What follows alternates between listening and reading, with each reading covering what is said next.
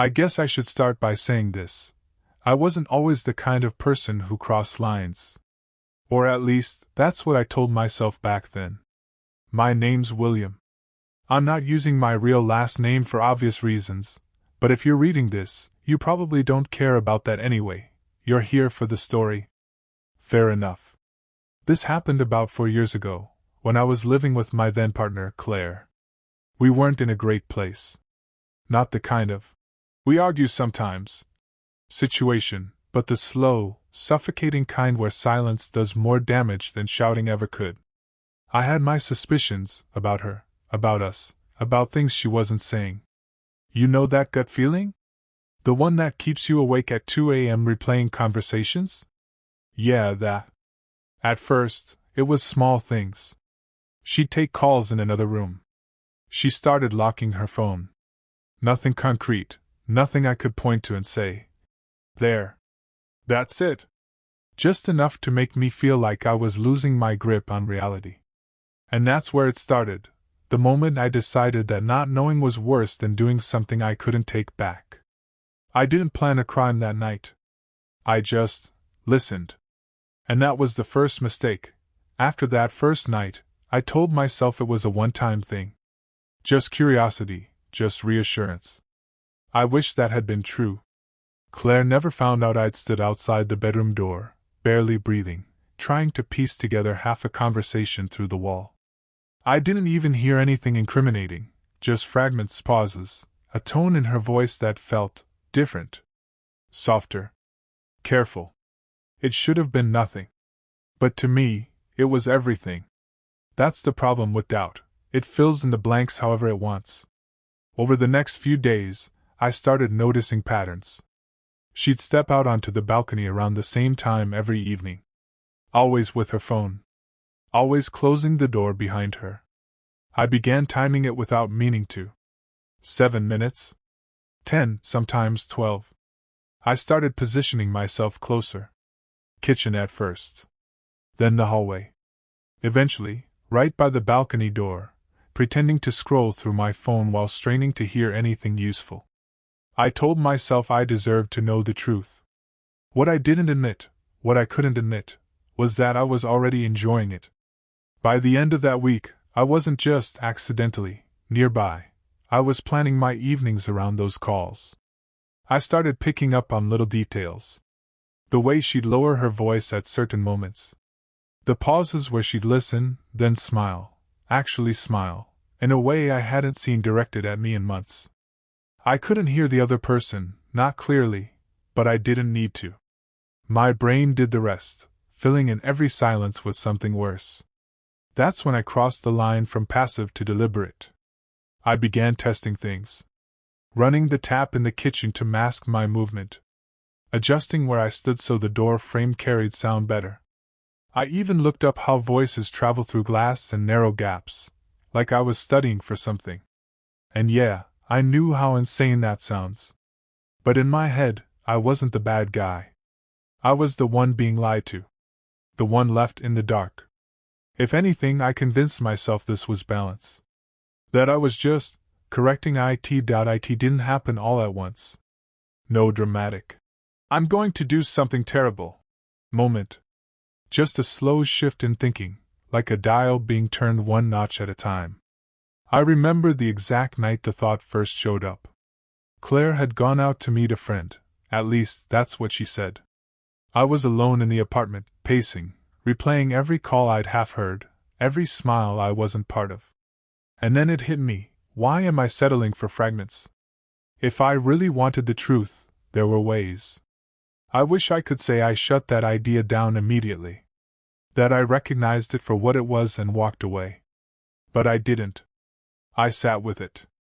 Entertained it. Turned it over in my head like it was a problem to solve. Something small. Temporary. Just enough to hear clearly. That's how I justified it. Not spying, just confirming. Not wrong, just necessary. Looking back, that's the part that bothers me most. Not what I did next, but how reasonable I made it sound to myself. Once the idea settled in, it didn't leave. It just kept evolving, getting more detailed, more practical. I started small, research that didn't feel like research. Just casual browsing at first. How to improve sound through walls, things like that. Then it got more specific. Devices, apps, anything that could help me hear more clearly without being obvious. I told myself I wasn't doing anything yet. Just learning. But deep down, I knew learning was the first step. I paid attention to her routines more carefully. When she charged her phone. Where she left her bag. The exact angle the balcony door stayed open when she stepped out. I even tested how much noise I made walking across different parts of the apartment, memorizing which floorboards creaked. It became methodical. I picked something simple in the end. Nothing flashy, nothing that screamed spy. Something small enough to hide, easy enough to retrieve. Temporary, I told myself. Just until I got clarity. I kept repeating that word, clarity, like it justified everything. But the truth is, by then, I wasn't looking for clarity anymore.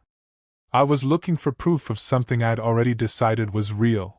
The day I went through with it felt strangely normal. That's what sticks with me. No thunder, no dramatic tension, just a quiet Tuesday evening. Claire was in the shower. I remember standing in the hallway, staring at the bathroom door, hearing the water run. My heart was pounding, but my hands were steady. That part scared me even then, how calm I felt when it mattered. I moved quickly. I'd already chosen the spot days earlier, pretending to tidy up while really measuring angles and visibility. It took less than a minute. In place it, adjust it out. No noise. No trace, at least none I could see. Then I waited. That was the worst part. Sitting there like nothing had happened, making small talk when she came out, acting like I wasn't counting down the hours until her next call. When she finally stepped onto the balcony that night, I felt this rush, adrenaline, anticipation, something ugly I don't have a better word for. I wasn't guessing anymore. I was about to know. The first time I listened properly, I almost backed out. I had everything set up, exactly how I'd planned it. All I had to do was press play. That was it, one tap, and all those doubts would either collapse or solidify into something real. My finger hovered there longer than I expected. Then I did it. At first, it was just noise, background static, the faint hum of the city outside. And then her voice came through. Clear. Closer than I'd ever heard it during those balcony calls. It felt wrong immediately, like I'd stepped into a room I wasn't supposed to enter. She sounded different. Relaxed, almost. There was a warmth in her tone that hit me harder than anything she could have said. I kept listening, waiting for something undeniable, something that justified all of this. Instead, I got pieces.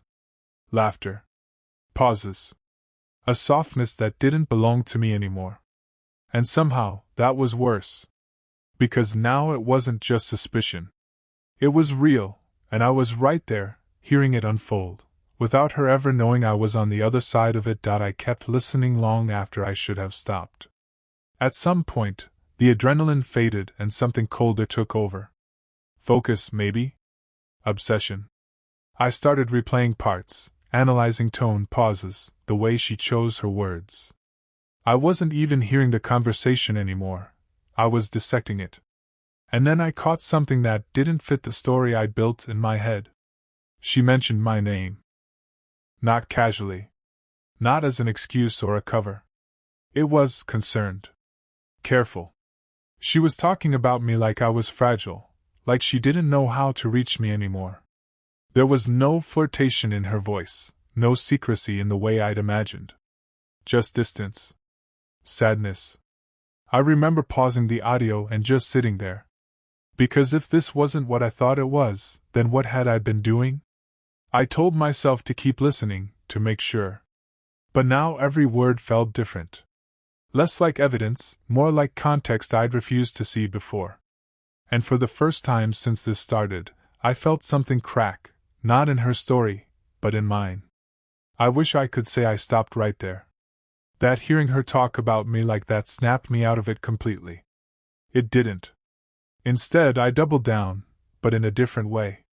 Not looking for proof of betrayal anymore, but trying to understand everything I'd already taken.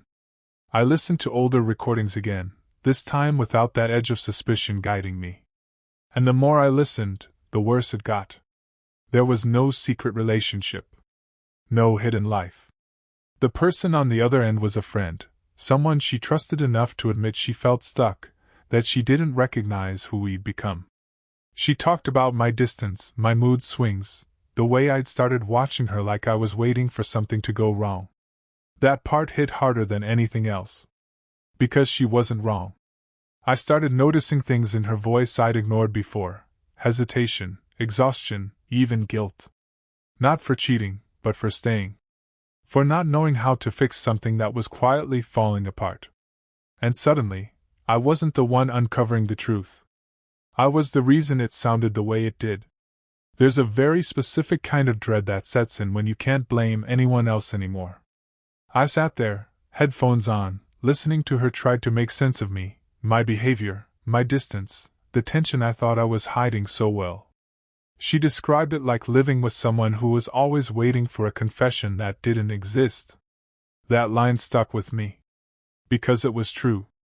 All those nights I thought I was being subtle, just quietly observing, keeping things to myself. I wasn't. She felt it. Every bit of it. The suspicion, the unspoken accusations, the way I'd started treating normal things like evidence. And instead of talking to her, I chose this. I chose to listen from the shadows, to build a case against her in my own head. That's when it hit me, even if she had been hiding something, what I'd done didn't fix anything. It just made me someone worse. Not a victim. Not even justified. Just invasive. Paranoid. And now, fully aware of it. But by then, it was too late to undo any of it. You'd think realization would make things stop. That once I understood what I'd done, I'd just undo it somehow. But there's no undoing something like that. The device was still there. The recordings still existed. And now every second of them felt heavier, like they carried more than just sound. They carried intent. I remember standing in the hallway the next morning, staring at the balcony door, knowing exactly where I'd hidden it. It would have taken me less than a minute to remove it, same as putting it there. But I didn't. Not immediately. And that hesitation? That's what really got to me. Because even after everything I'd realized, part of me still wanted to keep it. Just in case. Just to be sure there wasn't something I'd missed. That's when I understood how far I'd gone. It wasn't just a bad decision anymore. It was a mindset I'd slipped into without noticing. One where trust didn't matter, where privacy was optional, as long as it served me. I did remove it eventually. But the damage wasn't in the device. It was already done. Taking the device out didn't bring relief. If anything, it made things louder in my head. I started overthinking everything. Conversations with Claire felt different, not because she changed, but because I had. I knew things I wasn't supposed to know. Heard emotions she hadn't chosen to share with me. It created this weird imbalance where I was reacting to things she didn't even realize I understood. And that made me slip. Nothing dramatic at first. Just small comments that didn't quite line up. Asking about things she'd only mentioned on those calls. Finishing thoughts she'd never said out loud to me. Each time, she'd pause, look at me a little longer than usual. You can only hide something like that for so long. One night she asked me directly, half joking, but not really, if I'd been going through her phone or something. I laughed it off too quickly, made it sound ridiculous. But I saw it in her face. That seed of doubt. The same one that had pushed me down this path in the first place. Only now, I'd planted it in her. It came out on a random Thursday. No build-up, no warning, just one of those quiet evenings that suddenly tilt in a direction you can't control. We were sitting in the living room, barely talking, when Claire muted the TV and turned to me. She didn't look angry. That would have been easier to deal with. She looked certain. She asked me how I knew about a specific conversation. Word for word. Something she'd never said to me directly. I tried to deflect. Made a joke, acted confused, even suggested she must have mentioned it and forgotten. But the more I talked, the worse it sounded, even to me. She didn't argue. She just watched me. That silence dragged everything out of me. Not all at once, but enough. Enough for her to piece it together before I even fully admitted it. When it finally landed, what I'd done, how long, how deliberate, it didn't explode into a fight. It collapsed. And somehow, that was worse than any shouting match could have been. There wasn't a dramatic breakup scene. No yelling, no slammed doors. Claire just checked out. That same night, she packed a bag. Not everything, just enough to leave. She said she needed space, but we both knew what that meant. You don't come back from something like that. Not really. What stuck with me wasn't anger. It was how careful she became. The way she avoided standing too close, like I'd already crossed a boundary she couldn't redraw. She told me it wasn't about the device itself, not entirely. It was the intent behind it. The fact that I'd chosen to watch instead of talk. To assume instead of trust. And she was right. After she left, the apartment felt wrong. Too quiet, but not peaceful. Every corner reminded me of how calculated I'd been, how I'd turned our home into something else without her even knowing. I didn't get caught by police. No legal consequences. But I lost something more fundamental. The version of myself that believed I was a decent person. It's been 4 years, and I still think about it more often than I'd like to admit. Not in a dramatic, regret every second kind of way, but in quieter moments. When I catch myself overanalyzing someone's tone. When I feel that old urge to figure things out instead of just asking. That's when it comes back. The truth is, nothing I did gave me what I actually needed. Not clarity, not reassurance, just a distorted version of reality shaped by my own fears. I thought I was uncovering something hidden, but all I really did was avoid a conversation I was too afraid to have. And that's the part I'd warn anyone about. It doesn't start with something big. It starts with doubt you don't address. Questions you let sit. Stories you build in your head instead of checking against reality. Because once you justify crossing one line, the next one feels easier. If you're in that place, where something feels off, talk. Even if it's uncomfortable. Especially then. Because the alternative? You might get answers. But you'll lose something a lot harder to replace.